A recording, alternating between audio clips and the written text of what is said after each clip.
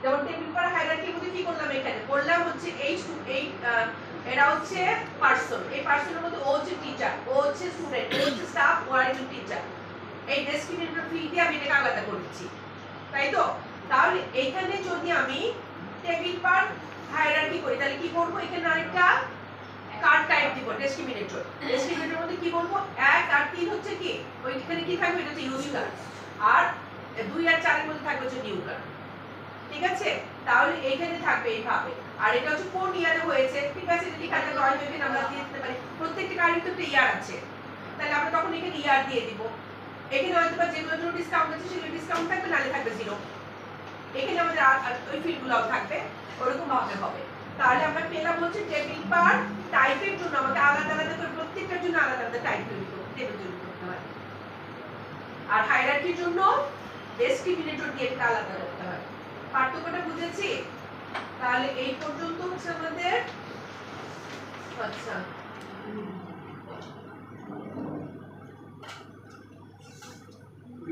এই ডেসক্রিমিনেটর এগুলোকে আলাদা করেছে,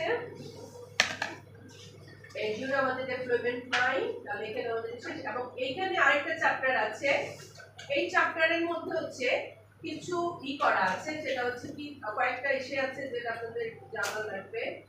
আচ্ছা, আমরা যখন ডাটাবেসটাকে প্রসিডিউরগুলোকে আমরা ইউজ করি তখন আমরা কি কি জিনিস ইউজ করি, একটা হচ্ছে ডিপি সেন্টার সিকোয়াল কুইরি, তারপর হচ্ছে এর সাথে যদি কোনো টেবিলকে ট্র্যাক না করা হয় এরকমটা যদি দেখা, এটা দিয়ে দেখি এক্সিট ভিজুয়াল স্টুডিও বি ওপেন দ্য প্রজেক্ট এর ট্রাই এগেন, আপনি বন্ধ করে দেন, বন্ধ করে দিয়ে আবার অ্যাপ্লিকেশন আবার ওপেন করেন। তারপর কি বলেছে এখানে হচ্ছে আপডেটের ক্ষেত্রে validation fail for one or more entities, এরকম যদি হয় এখানে কি বলছে what causes of this problem is validation error, এখানে ভ্যালিডেশন এরর সিট মেথডের মধ্যে। তাহলে সিটটাকে আপনি একটু দেখেন, আমরা যে মধ্যে এই এররটা কিন্তু আমাদের ওদিন দিয়েছিল কি ছিল যে আমার ইয়েতে এই কি জন্য আমার এন্টিটি কি জন্য আমার যখন আমরা করি না আমার সিটটাকে আমরা আনকমেন্ট ছিল তখন যে এটা কি করতে পারছিল না। আচ্ছা, এখানে আবার কি বলছে internal server error, requested space cannot be accessed because the related configuration data for the page is invalid. এই ক্ষেত্রে এখানে সলিউশন কি দিয়েছে, one way you can get this error is from having multiple copies of this solution, যদি multiple application খোলা থাকে each of them using the same port number, প্রত্যেকই একই number port use করতেছে, you can usually solve this problem by exiting all instances of Visual Studio সবগুলোকে বন্ধ করে দেন, then restart the project, যেটা আপনি কাজ করছেন সেটাকে আবার রিস্টার্ট করেন। তারপরে এখানে দেখেন বলছে network related instance specific error occur, এরকম আপনার প্রবলেম দিতে পারে। এখানে কি বলছে চেক দ্য কানেকশন স্ট্রিং, এই ক্ষেত্রে আপনি কানেকশন স্ট্রিংটাকে চেক করেন, if you manually deleted data, যদি ডাটাবেস আপনি ডিলিট করে দিয়ে থাকেন কিংবা নাম চেঞ্জ করে থাকেন কিংবা কি করে থাকেন তখন আপনি কানেকশন স্ট্রিংটাকে আবার ঠিক করে দেন। এটা হচ্ছে আপনাদের এই এররের জন্য। তাহলে এই বইটা আপনাদের আজকে শেষ, শর্ট প্রসিডিউর ওইটা। তারপর হচ্ছে আপনি প্রসিডিউরটা কোথায় লিখবেন, আপনি যদি ডাটাবেস ফার্স্ট স্টেপে কোথায় লিখবেন আর কোড ফার্স্ট স্টেপে কোথায় লিখবেন, কোড ফার্স্ট স্টেপে আমরা প্রসিডিউরগুলো কোথায় লিখি, ডাটাবেস ফার্স্টে কোথায় লিখি, এটা তো কোড ফার্স্টে, ডাটাবেস ফার্স্টে কোথায় লিখি, ডাটাবেসের মধ্যে লিখে কি করব, কন্ট্রোলারে কেন যাব, ডাটাবেসে লিখব, লিখে তারপর আমরা সেখানে টেবিল অ্যাড করে সেখানে প্রসিডিউর অ্যাড করব, টেবিল অ্যাড করব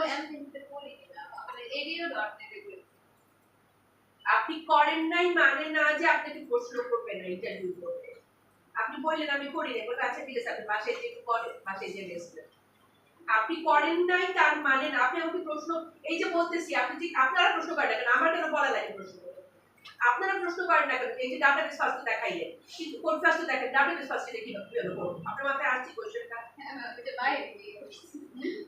তাহলে ওকে যে জিজ্ঞেস করছেন তাহলে ওর থেকে आंसर নেন আপনি, আমি যে বলতেছি আমি প্রশ্ন আপনাদেরকে করলে কেন আপনাদের মনে হয়, আপনারা কেন প্রশ্ন করেন না যে এটা কিভাবে, আপনি তো বললেন যে এরকম ভাবে হবে, ডাটাবেস তো তৈরি হয়ে গেল, এই যে আমরা কোড ফার্স্ট কিভাবে করব, এই ডাটাবেস ফার্স্ট কিভাবে করব, এই যে একটু আগে যে এটা তৈরি করলাম সেটা যদি আমি ডাটাবেস ফার্স্টে আনতে চাই,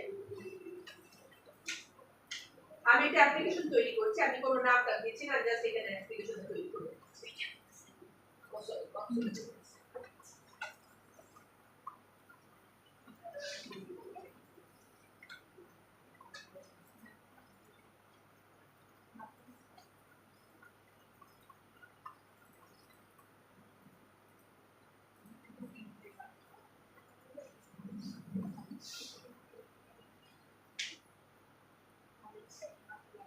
এখন এখানে যদি আমি ওই ইয়েটাকে নিয়ে আসতে চাই, ডাটা বেসটাকে নিয়ে আসতে চাই,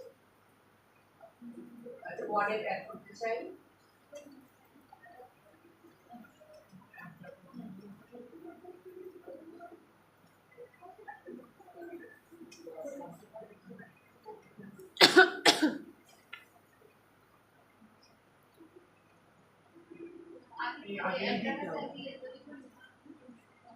একটু আগে যেটা তৈরি করছি সেটাই ইউজ করি।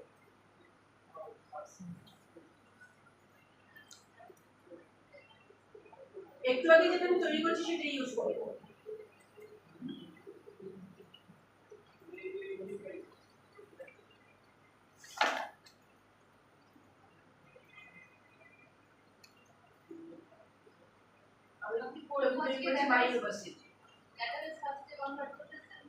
না আমি ডাটা রেসপন্সে দেখাচ্ছি, কনভার্ট করব না আমি শুধু দেখাবো কিভাবে প্রসিডিউর অ্যাড করতে পারে। আমি কোন কনভার্ট করতে যাব না, আপনাদের কাজ আপনারা করবেন, করে আমাকে দেখাবেন। ওরা করে ফেলেছে হয়ে গেল।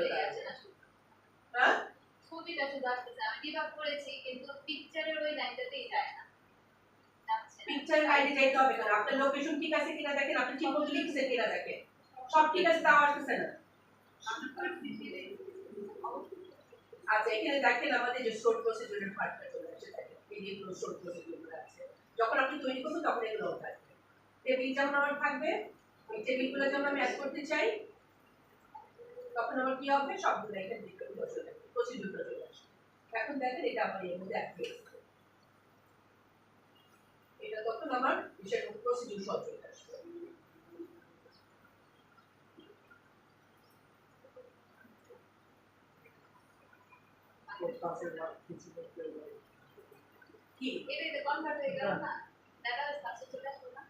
আমি তো ডাটা কিছু করিনি এখানে, আমি শুধু একটা মেন শুধু ডাটা বেস থেকে এনেছি, জিনিস তো এইটাই।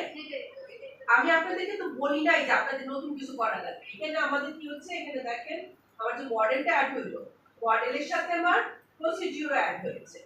এগুলো হচ্ছে আমার মডেল, মডেল টি, এখানে দেখেন কনটেক্সট, এখানে দেখেন প্রসিডিউর সব চলে আসে, এই প্রসিডিউরটা অ্যাড হয়ে আসে। ডিপার্টমেন্ট ইনসার্ট, এখানে দেখেন ডিপার্টমেন্ট আপডেট, ডিপার্টমেন্ট সব দেখেন ইয়ে হয়ে চলে আসবে। এই যেগুলো আবার চলে এসে পড়বে এখানে,